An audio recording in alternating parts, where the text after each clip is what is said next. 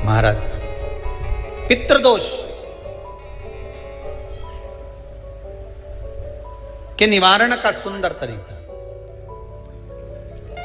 कल आपको वो काम नहीं हो रहा है, बहुत दिनों से आप प्रयास कर रहे हो और काम अटका पड़ा हुआ है, तो प्रयास करना। जल के पात्र में थोड़ा सा शहद, गंगा जल उसमें डालकर, ये जो श्राद्ध पक्ष चल रहा है, जिस समय पर जिस श्राद्ध पक्ष के अंतर्गत श्राद्ध पक्ष में एक पात्र में जल लेकर उसमें थोड़ा सा शहद, गंगा जल डालकर भगवान शंकर को कुंदकेश्वर महादेव के नाम से, कौन से महादेव? कुंदकेश्वर, क्योंकि विदल और उत्पल इन दोनों असुरों ने, राक्षसों ने जब बहुत उपद्रव मचाया, अब ठीक है, जब बहुत उपद्रव मचाया, तब माता जगतजननी के कहने पर कुंदुक का प्रहार कर कर इन दोनों राक्षसों का संहार करा था। तो शिवजी का नाम कुंदकेश्वर पड़ गया था। क्या नाम पड़ा था? कुंदकेश्वर। कहते हैं बहुत बांधाओं में जब व्यक्ति पड़ जाता है, बहुत बांधाओं में जब व्यक्ति चला जाता है, कुछ ना कुछ समस्याओं में जब व्यक्ति फंसा रहता है, पड़ा रहता है, तो कुंदकेश्वर महादेव का स्मरण करना चाहिए। एक प्रयास और करना, छोटा सा प्रैक्टिकल करने में क्या जाता है। दुकान पर ग्राहक नहीं आ रहे ना, आधा घंटा हो गया, कोई ग्राहक नजर नहीं आया, फालतू बैठे हो ना दुकान पर, जब ग्राहक नहीं आता तो फ्री हो, तो एक काम करो, कोई भी जरा सा हाथ में पानी लेकर कुंदकेश्वर महादेव के नाम से 51 बार, 21 बार बोलकर, 11 बार बोलकर वो पानी को दरवाजे पे छीट दो। आधा घंटा, ज़्यादा से ज़्यादा 20 मिनट, आधा घंटा 30 मिनट नहीं लगेंगे और ग्राहक प्रवेश करना प्रारंभ करें। प्रैक्टिकल करने में क्या जाए। अब ई में कहीं घटा तुम्हारा कि पानी घट गया, कि बोलने से, कुंदकेश्वर महादेव का नाम लेने से जीवान घट गई, कुछ घटा? फायदा तो तुम्हारा ही हुआ। कुंदकेश्वर का नाम, कोई काम अटक रहा है, शहद जल के पात्र में डालिए और थोड़ा सा गंगा जल डालकर इसी श्राद्ध पक्ष में किसी भी दिन जब तुम्हारा मन पड़े तब शंकर जी को समर्पित कर और साथ में एक लोटा पानी, एक कलश जल का अलग से लेकर जाओ। जब शहद का जल शंकर जी को समर्पित कर दो, उसके बाद सादा जल शंकर जी को अवश्य समर्पित करके। शहद का जल बांधाओं को हर लेता है, बांधा को हरता है। हम तो कई बार बच्चों से कहते हैं, अगर कोई बच्चा कंपटीशन एग्जाम में बैठ रहा है, इंटरव्यू दे रहा है, या कोई एग्जाम में नहीं निकल रहा है, तो प्रयास करना,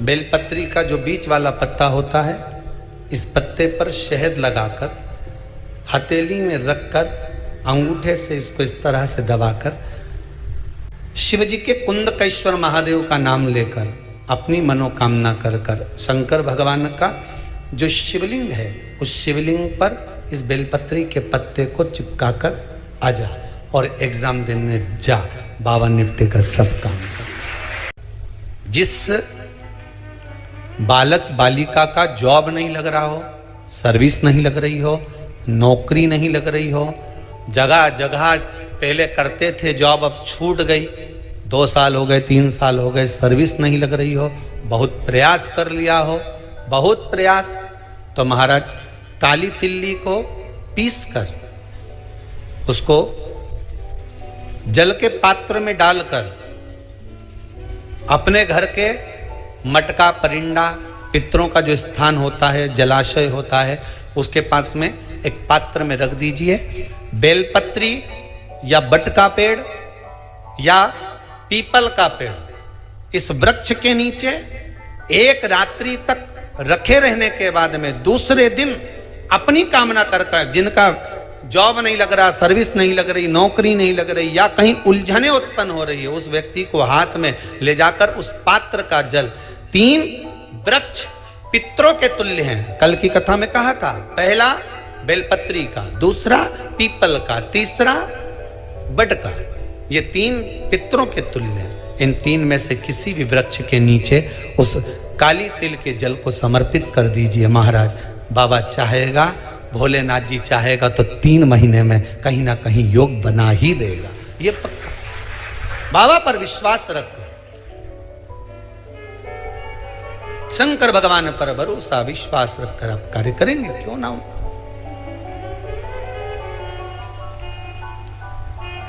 श्राद्ध पक्ष में महाराज पीपल के पेड़ के नीचे मात्र काली तिल्ली का पानी ही डाल देने से पितृदोष का निवारण हो जाता है। किसी लड़के की लड़की की विवाह शादी नहीं हो रहा हो, मंगल विवाह नहीं हो रहा हो, पानी के लोटे में थोड़ा सा काला तिल डालकर श्राद्ध पक्ष में पीपल के पेड़ के नीचे चढ़वा दीजिए। महाराज पितरों की शांति होती है, घर में मंगल कार्य होता है, मंगल कार्य हो जाता है, पितृदोष का निवारण होता है।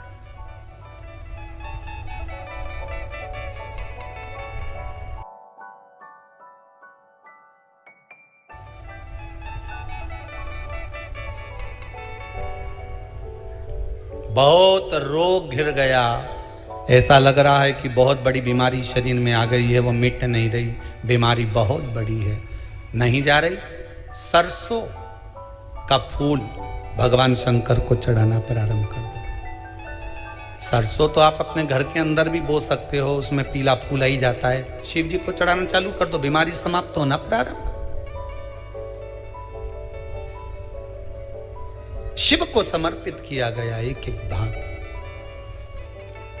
एक एक भाग। महाराज लगे ऐसा कि घर में शांति नहीं है, सुख लक्ष्मी तो है, परिवार भी छोटा है पर शांति नहीं, जब देखो जब किसी ना किसी का मुंह चलता रहे, क्रोध में बोलते रहें, शब्दों के तीर चलते रहें, शांति नहीं है। प्रयास करिए श्राद्ध पक्ष में जिस समय पर ब्राह्मण को भोजन करने के लिए बिठाएं या श्राद्ध पक्ष के अंतर्गत ब्राह्मण जब घर में भोजन ग्रहण कर रहा हो, उस समय पर थोड़ा सा कोई सुगंधित पदार्थ, इत्र आदि, पानी के मटके के पास, परिंडे के पास में, जलाशय के पास में उस इत्र को थोड़ा सा कोई रुई में रखकर छोड़ दीजिए। घर में कभी क्लेश नहीं हो सकता, शांत का माहौल हो जाए। पितृपक्ष में किया जाए, पितृपक्ष। और एक बात और अच्छे से ध्यान रखिएगा, आप ब्राह्मण को भोजन कराएं ना कराएं, आपने धूप छोड़ी ना छोड़ी वो पता नहीं, गाय को रोटी दी ना दी, स्वान को भोजन दिया ना दिया, कौवे को भोजन दिया ना दिया, चलेगा। पर जिस दिन अमावस्या के दिन पितृपक्ष समाप्त हो, उस दिन प्रदोष काल में, प्रदोष के समय पर, प्रदोष काल में शाम के समय पर जाकर किसी भी नदी, तालाब, बावड़ी, कुआं, कहीं ना कहीं जो आपके पास में हो, वहां पर एक घी का दिया, बत्ती का मुंह दक्षिण की ओर कर कर अवश्य जला कर जाना, सारे पितृदोष समाप्त हो जाएगा, सारा पितृदोष समाप्त। अमावस्या के दिन किसी भी जलाशय के पास में, नदी, तालाब, बावड़ी, कुआं, जो आपके शहर में, आपके गांव में, आपके नगर में हो, वहां जाकर लगा दी। अगर नदी, तालाब, बावड़ी, कुआं नहीं है तो पीपल का वृक्ष हो या बेलपत्री का वृक्ष हो या बट का वृक्ष हो, उसके नीचे लगा दो प्रदोष काल में। पर अमावस्या के दिन लगाएं जरूर। क्यों? क्योंकि अमावस्या 16 दिन तक पितृ मृत्यु लोक में आने के बाद में भोजन ग्रहण करते हैं, अमावस्या के दिन पितृ शाम के समय प्रदोष काल में शंकर भगवान का नाम जाप कर कर नदी तालाब बावड़ी पर पानी पीने जाते हैं। वहां से जल का आचमन कर कर पितृ अपने लोक को चले जाते हैं प्रदोष काल के समय पर। इसलिए प्रदोष काल में जलाशय के पास में बावड़ी, कुआं, नदी, तालाब के किनारे पर दिया लगाया जाता है दक्षिण की ओर मुख कर कर बत्ती का। तो पितृ आशीर्वाद देते हुए जाते हैं कि फलो फूलो, आगे बढ़ो, उन्नति करो, तरक्की करो। ये पितरों का आशीर्वाद रहता है, पितरों का वर रहता है। आप देंगे उसको मिलेगा, कुछ करा ना करा। फिर अमावस्या के दिन, जिस दिन पितृपक्ष समाप्त हो, उस दिन दिया दक्षिण की ओर बाती का मुख कर कर लगा। महाराज एक बात बहुत अच्छे से समझ लीजिए, जिसके घर में क्लेश होता हो, अशांति रहती हो, क्लेश रहता हो, या छोटी छोटी बात पर विवाद चालू हो जाता हो, या पति पत्नी में, परिवार में, सास बहू आदि कादिक में कहीं ना कहीं कुछ अगर विवाद रहता हो, तो शास्त्र कहता है ऐसा बेलपत्री की डंडी रहती है ना, बहुत ध्यान दीजिएगा महाराज। श्राद्ध पक्ष की कथा चल रही है, शिव महापुराण आज विराम की ओर है, ध्यान दीजिएगा। जैसे ये बेलपत्री की जो डंडी होती है, डंडी का जो भाग होता है बेलपत्री की, ऐसा बेलपत्री की 7 भाग ले लो, मतलब बेलपत्री 7 ले लीजिए। 7 बेलपत्र लेकर कच्चा जो सूत होता है ना, कच्चा सूत जो जानते पेड़ पौधे में माताएं लपेटती हैं, धागा जो होता है ना सफ़ेद कलर का कच्चा धागा, जो बड़ में, पीपल में और आंवला आदि में लपेटा जाता है, कच्चा सूत, उसको शंकर भगवान और माता पार्वती का स्मरण कर कर नंदी के, जो नंदी होता है, नंदी के राइट भाग में, नंदी का एक पांव ऊंचा होता है, आपने देखा होगा आगे का पांव ऊंचा होता है, बैठते समय नंदी का एक पांव ऊंचा है, एक पांव नीचे की ओर जाता है। तो नंदी का जहां पांव ऊंचा है, उस ऊंचे पांव के पास में बैठना है। कच्चे सूत पर उस बेलपत्री के जो 7 गुच्छ हैं, 7 जो बेलपत्री के भाग हैं, 7 बेलपत्री हैं, उसको अपना नाम गोत्र स्मरण कर कर उस कच्चे सूत को लपेटना है।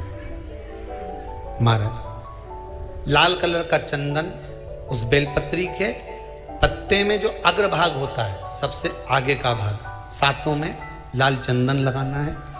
महाराज उस चंदन को लगाकर आप प्रदोष के दिन, प्रदोष काल में शंकर भगवान को समर्पित अगर करते हैं, तो जिस घर का गोत्र बोला है उस घर में कभी क्लेश नहीं हो सकता, उस शांति का अनुभव कर, उसमें क्लेश नहीं हो सकता। एक धागा होता है पक्का धागा, एक धागा होता है कच्चा धागा। बहुत ध्यान दीजिएगा महाराज, पक्के धागे से नहीं लपेटना सफेद, कच्चा जो धागा पीपल में, बड़ में या आंवला आदि में जो हम लोग लपेटते हैं पूजन करते समय, वो कच्चा धागा। और एक बात और आपको कहने, ध्यान दीजिएगा, अगर मान लो किसी पति पत्नी का तलाक तक की नौबत हो गई और तलाक नहीं कराना है, आपस में वापिस प्रेम बढ़ जाए, छोरी वापिस घर में रहे, बेटा उसको रखे, बहू रहे, आपस में प्रेम बढ़े, वो भले मायके चली गई हो, वो भले लड़का छोड़कर चले गया हो, अकेली रह रही हो और चाहती है कि मैं पति के साथ रहना है, तलाक नहीं होना चाहिए, हम दोनों में प्रेम रहे, वो संभाले मेरे को भी और मैं भी आदर करूं, वो भी आदर करे।